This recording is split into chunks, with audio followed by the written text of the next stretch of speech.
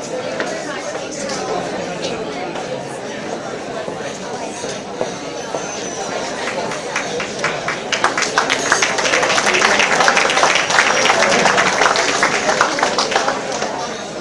hate that when you have to smile. 2009, when it was revealed that the University of Wisconsin Hospital and Clinic had reached an agreement to perform late-term abortions at the new clinic. He orchestrated a series of demonstrations, vigils, and large rallies that drew thousands of participants from across Wisconsin. As a result, the plan to proceed with abortion was scrapped. Steve has also helped launch new 40 Days of Light campaigns in other Wisconsin communities. So, please welcome Steve.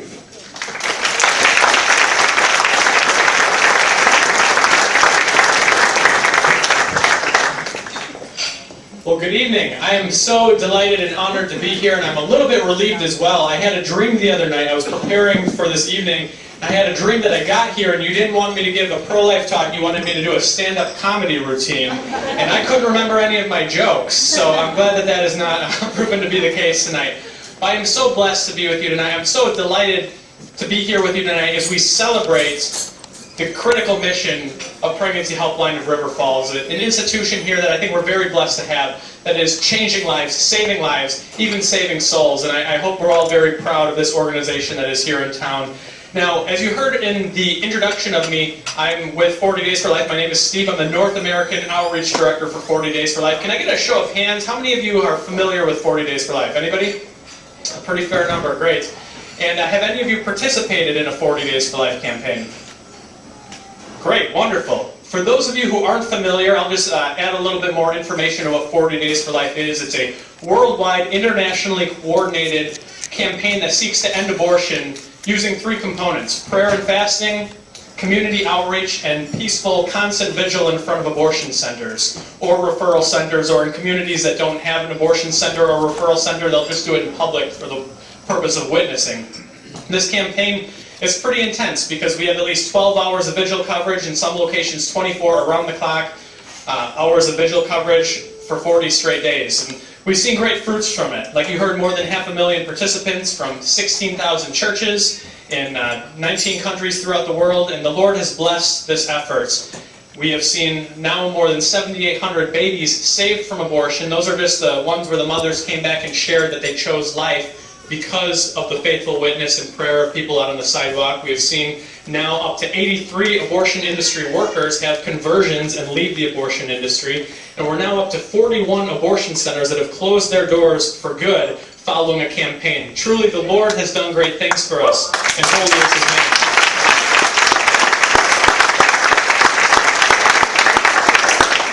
name. And so I share some of that background with you because some of the stories I'll be telling tonight are somewhat involving my volunteer experience and now my time on the staff through 40 Days for Life, and so I want you to have that background information. But as we get started, I think we should take a moment and let's each of us ask ourselves, what are we doing here tonight?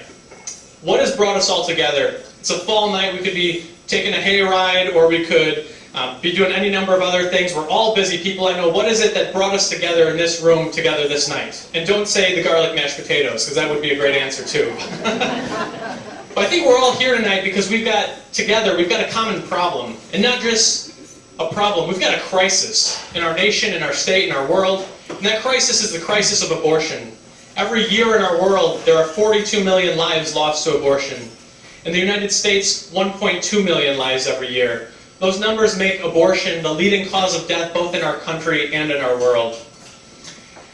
Since the Roe v. Wade Supreme Court decision of 1973, nearly 41 years ago, there have been somewhere in the neighborhood of 55 million lives lost to abortion.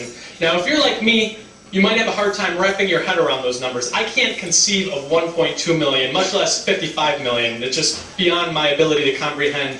So to put in perspective, that means that a little boy or little girl loses his or her life to abortion every 24 seconds in the United States of America. I took a look at local statistics. The state of Wisconsin has between 7,000 and 8,000 abortions most every year. Last year, Minnesota had 10,000. all of these stats and figures and facts, they all conspire to make abortion not just a political issue, not just a social issue, it's a human rights issue. In fact, the biggest human rights crisis, not just of our time, but of all time. But as big as this problem is, as widespread as this crisis is, ultimately it's a local crisis, we believe. Because abortions aren't taking place in our Supreme Court, they're not taking place in our state capitol, they're not taking place in the White House. Abortions are taking place in the communities, the cities, the towns, and the villages that we live in. Now, I know some of us might wonder, I wondered this myself at first, do we have an abortion crisis here in a community like River Falls? After all, there is not an abortion center in River Falls. Well, I think there is, and I'll share with you. I took a look at some of the statistics. I took a look at Minnesota's abortion numbers, more than 10,000 as I mentioned. 743 of those were Wisconsin women. Of those Wisconsin women, they were disproportionately likely to be college students. Of course, we've got the university here. Further looking at the population distribution of the state of Wisconsin and the location of Wisconsin's abortion centers, I think there's a very high likelihood that of those 743 women, many of them are coming from communities just like this one. And that 743 doesn't even count the Minnesota residents who come here for school, maybe become pregnant here on campus, and then go back home and have their abortion. So we have a local crisis. And you know, I've shared just a bunch of numbers with you, and I'm somewhat reluctant to do that. I think it's important for us to share these numbers because we need to understand the depth of the crisis that we face. But ultimately, the women that are getting abortions are not statistics. They're our friends, our family members, our coworkers, our neighbors, the people we go to school with, and yes, even the people we go to church with. And every abortion has destructive ripples that branch out very deeply. You've got the life of the child that is lost. You've got the mother who is scarred forever. You've got a father who is scarred. You've got relationships that are torn apart. We've got a whole culture, a whole society full of people who have been harmed by abortion, directly or indirectly, and many of them might not even know it. And so when I say that we're here tonight because we have an abortion crisis, that's half the story. We're also here because I believe in the pregnancy helpline of River Falls, we've got a solution. An answer to the abortion crisis that won't just address it, but will solve it. And there is no institution in this community that is better poised to answer this crisis than the pregnancy helpline. We'll talk a little bit more about that in a little bit. But moving on, I'm going to share with you some of my story. I'm pro-life, obviously. I've always been pro-life. I can't remember a time in my life when I wasn't pro-life, but for most of my life, I never did anything about it. And I don't know if that's because I didn't know what I could do to make a difference. I don't know if it's because I was lazy, but for one reason or another, I never acted on my conviction that life is sacred and needs to be actively protected. That began to change really about 6.5 years ago. My wife Laura and I were newlyweds. We were living in Chicago, Illinois. My wife got to work one morning and learned from her coworker Angela that Angela was pregnant. She was planning to have an abortion. All of the coworkers in that very small office told Angela, that's the right thing to do. You need to look out for yourself. You need to worry about your future. Don't let anybody tell you this is a moral issue. Now, my wife at that time was not even actually pro-life herself. Laura wasn't militantly pro-abortion by any means, but she failed to grasp the crisis. She had never come face to face with the crisis of abortion. But here in her coworker Angela, Laura was face to face with that crisis, and she had an instant conversion. And I'm so proud of the way that my wife handled that situation that week, because she offered Angela whatever love and help and support that Angela would need to get through her pregnancy and beyond with confidence.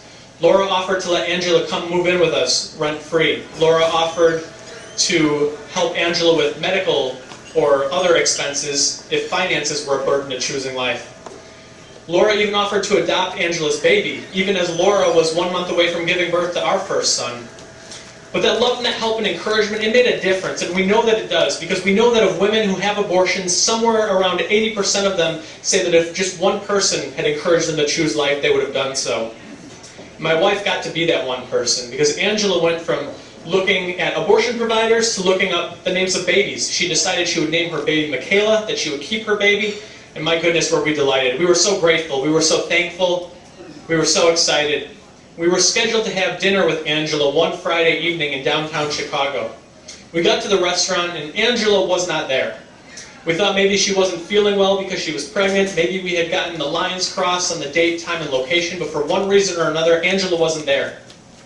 It took us 2 days before we realized what had happened. Sunday morning, we got up, went to church, came home, had lunch. Right as we were getting set to do the dishes, my wife's phone rang.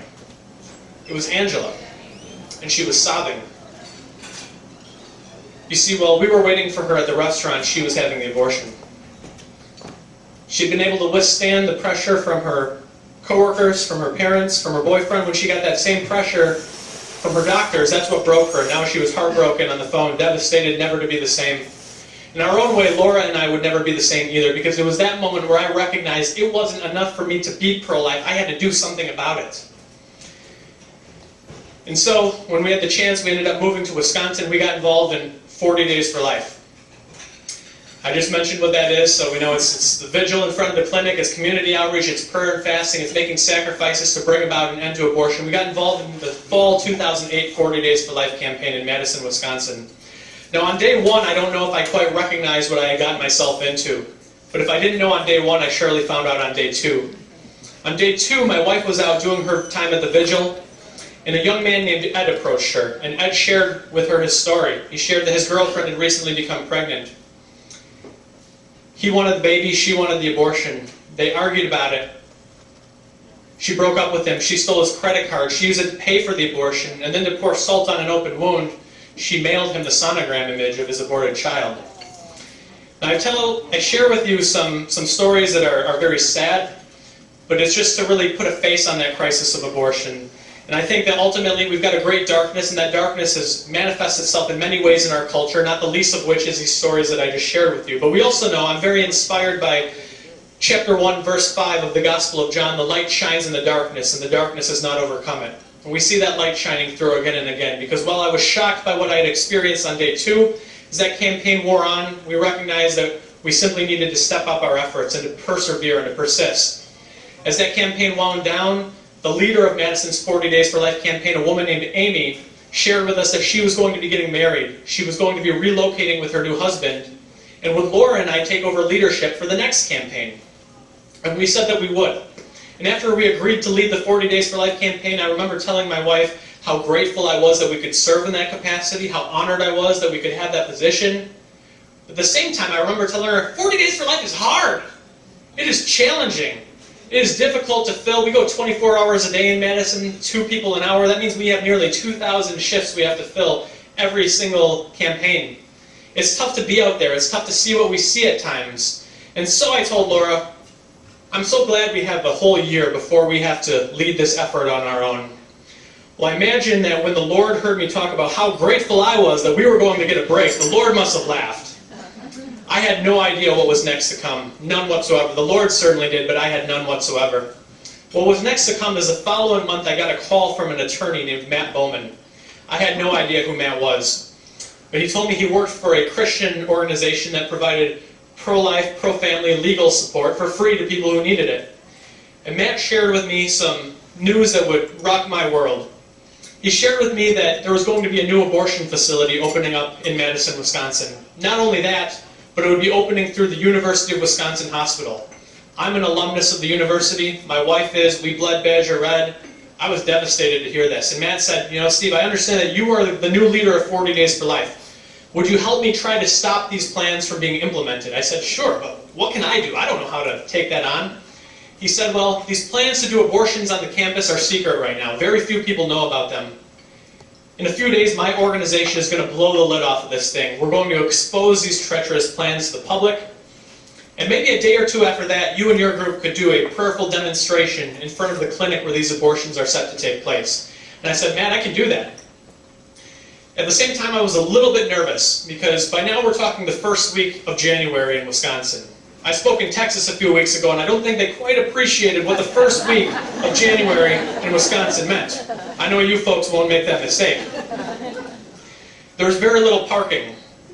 It was a work day, it was a school day. I didn't know if we'd get anybody there, and I didn't want this demonstration to be an embarrassment. So I said, Matt, how many people do we need to have there to make this event worthwhile?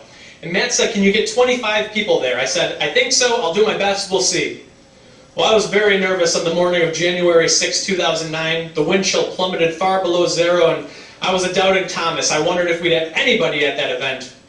But our Lord is faithful and He's powerful. We didn't have 25 people out on our sidewalks that day. We had hundreds of people up and down the sidewalk, praying, praising God, singing hymns, witnessing to the sanctity of life. That event that was scheduled to last for just 1 hour was still going strong well after 2 hours later. We don't get much media attention for our pro-life efforts in Madison, but we did this day. It was on the radio. It was the lead story in the newspapers, the lead story in the TV news broadcast. We were riding high. We were so delighted. We were so excited about the way the Lord had used our humble witness to prick the conscience of our community. But as that day wound down, as the news broadcast came to an end, as I put my son down to bed at night, I became a little bit more reflective, a little bit more contemplative. I was haunted in particular by the face of one of the people I had met at our vigil that morning. It was a young girl. She was probably about 6 years old, and she greeted me with the biggest, most beautiful smile that I've ever seen to this day. It warmed my heart, and I think this young girl warmed many hearts on a very, very cold day. And so why was I haunted by the memory of her face? Well, it's because in spite of how bundled up my young friend was for the cold weather, I quickly recognized that she had Down syndrome. And some of you will know where I'm going with this. Here in the United States of America, more than 90% of children diagnosed with Down syndrome lose their lives to abortion. And so once again, just like with Ed, who we met on the sidewalk, just like with Angela, who my wife worked with, I felt this young friend had made it, but so many of children like her were not so lucky. So once again, we were face to face with the crisis of abortion. We knew we couldn't rest on what the Lord had accomplished through us that day, and we had to press on, and that's what we did. 3.5 weeks later, we had another event, this time a rally and a march through downtown Madison. Sean Carney, the co-founder of 40 Days for Life, now my boss, he came and spoke at it. Dr. Haywood Robinson, a former abortion provider with a beautiful conversion testimony, came and spoke. Pro-life leaders from throughout this state came, and we saw thousands of people converge upon Madison, Wisconsin for what I'm told is the biggest pro-life event that the state has seen in nearly a quarter century.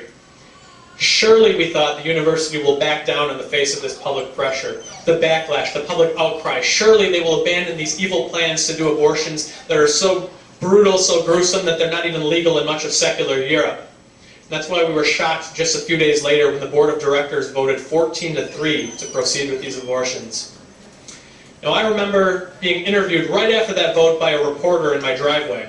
He came with a camera and we talked right in my driveway, and he said something to the effect of, well, you guys lost. What are you going to do now? And I made a promise that I didn't know how I would keep, but I vowed that we would do so anyway. I said, we're not going anywhere. We are going to continue to come and stand and pray and witness until these abortion plans are canceled once and for all. And that's exactly what we did. Nearly every day of every week we had folks out standing and praying and witnessing in front of that building.